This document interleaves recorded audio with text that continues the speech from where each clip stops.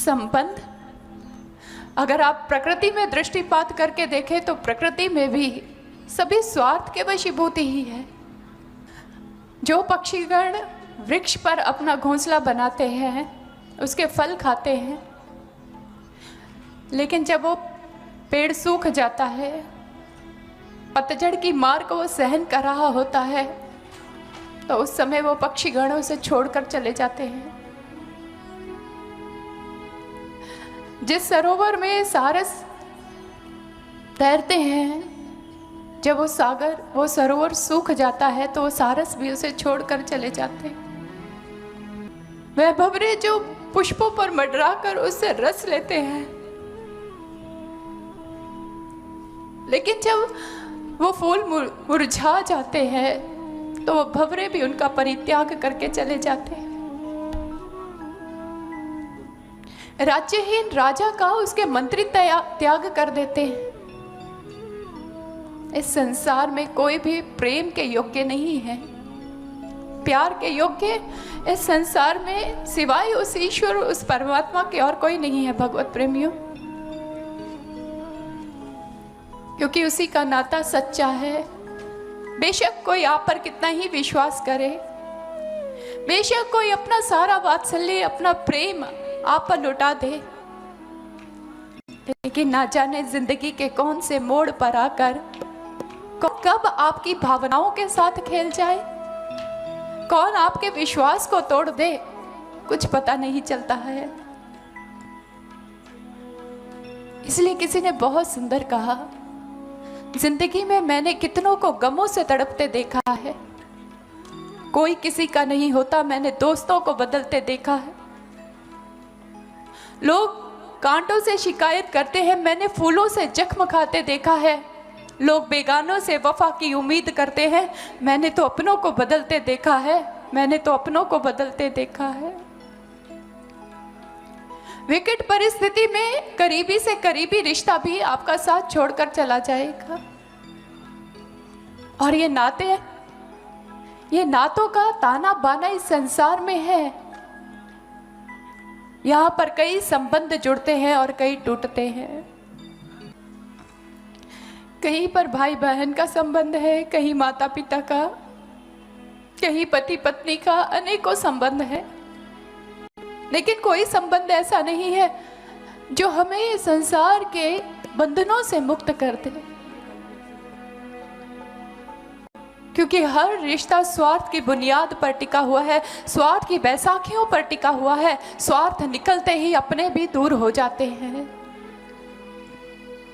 और ये रिश्ते कब तक साथ निभाएंगे हमारा? एक दिन मौत की तेज तलवार इसे काट कर अलग कर देगी, फिर वो हमारे साथ वहां नहीं जा सकते जहां पर हमारा न्याय होना है। हर एक इंसान इन संबंधों को बनाना क्यों चाहता है? क्यों इन संबंधों में उलझ जाता है? क्यों कहीं ना कहीं वो एक ऐसा सहारा खोजता है? क्योंकि वो ऐसी सुरक्षा चाहता है, ऐसा सहारा चाहता है जो पूर्णतः उसे सुरक्षा प्रदान कर सके, लेकिन सुरक्षा भी ऐसी कि वो आश्रयदाता के अधीन ना हो, स्वतंत्र हो। एक ऐसा आधार जिसमें स्वार्थ ना हो, निष्काम भावना से जो परिपूर्ण हो, ऐसा संबंध। लेकिन क्या ऐसा बेजोड़ संबंध इस संसार में किसी रिश्ते में देखने को मिलता है? नहीं भगवत प्रेमियों, लेकिन एक संबंध है जो निष्कामता से परिपूर्ण है, निस्वार्थ भावना से परिपूर्ण है, और वो संबंध है भक्त और भगवान का, गुरु और शिष्य का। ये ऐसा शाश्वत नाता है कि इस जन्म में तो साथ निभाता ही है, अगले जन्म में भी वो कभी हमारा साथ नहीं छोड़ सकता। कहते हैं जो लोग रेत पर घर बनाया करते हैं उनके घर कभी भी ढह सकते हैं, क्योंकि उनकी नींव मजबूत नहीं हुआ करती है। लेकिन जो अपने घरों को पहाड़ों के ऊपर बनाते हैं, एक ठोस आधार लेकर बनाते हैं, उनके घर कभी टूटा नहीं करते हैं, वो मजबूती के साथ हमेशा खड़े रहते हैं। इन रिश्ते नातों में हम जहां पर उलझे हुए हैं, जिनके बीच में हम अपना घर बनाकर बैठे हुए हैं, ये रेत की मानिंद ही हैं। कब ढह जाएंगे, कब छोड़ जाएंगे, कब अपने बन जाएंगे, कुछ पता नहीं। लेकिन एक आधार, ठोस आधार उस ईश्वर, उस परमात्मा का है। जब सारे सहारे झूठे पड़ जाते हैं, सुरक्षा प्रदान नहीं कर पाते हैं, तब वो शाश्वत रिश्ता साथ निभाता है।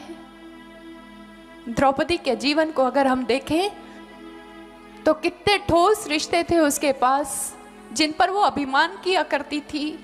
उसके 5 बलशाली पति, कोई गांडीवधारी तो कोई गदाधारी था।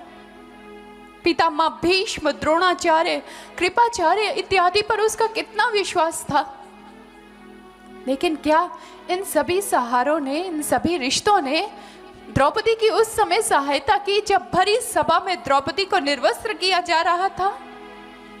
वो हर आसन के पास जा जाकर गिड़गिड़ा रही थी कि कौरवों की इस भरी सभा में शील का व्यापार मत होने दीजिए। पितामह आप उठिए, द्रोणाचार्य आप उठिए, विदुर जी आप उठिए। अपने 5 बलशाली पतियों के आगे गुहार कर रही है, अरे कोई तो उठकर मेरी रक्षा करे, इस भरी सभा में मुझे निर्वस्त्र होने से बचा ले। लेकिन क्या उन सहारों ने उसका साथ दिया? लेकिन उस समय द्रौपदी ने भी उस शाश्वत संबंध को पुकारा जिससे उसने अपना नाता बना रखा था हमारे बांके बिहारी कृष्ण मुरारी को। जब सारे सहारे झूठे पड़ गए, कोई सहायता के लिए आगे नहीं बढ़ा, तो उस समय द्रौपदी ने भरी सभा में अपने गोविंद को याद किया। प्रपन्नाम पाहि गोविंद, प्रपन्नाम पाहि गोविंद, मैं तुम्हारी शरण में हूं, मेरी रक्षा कर लो। और उस समय उस भरी सभा में हमारे प्रभु ने वस्त्रावतार धारण किया। वो 5 गज की साड़ी छोटी पड़ गई। दुशासन खींचता खींचता थक गया, लेकिन साड़ी कम नहीं पड़ी, क्योंकि कुछ समझ में ही नहीं आ रहा था, साड़ी बीच नारी है कि नारी बीच साड़ी है, साड़ी की ही नारी है या नारी की ही साड़ी है। द्रौपदी ने आज उस शाश्वत संबंध को पुकारा तो प्रभु ने उसकी आकर रक्षा की, भरी सभा में उसके मान और सम्मान को आकर बचा लिया।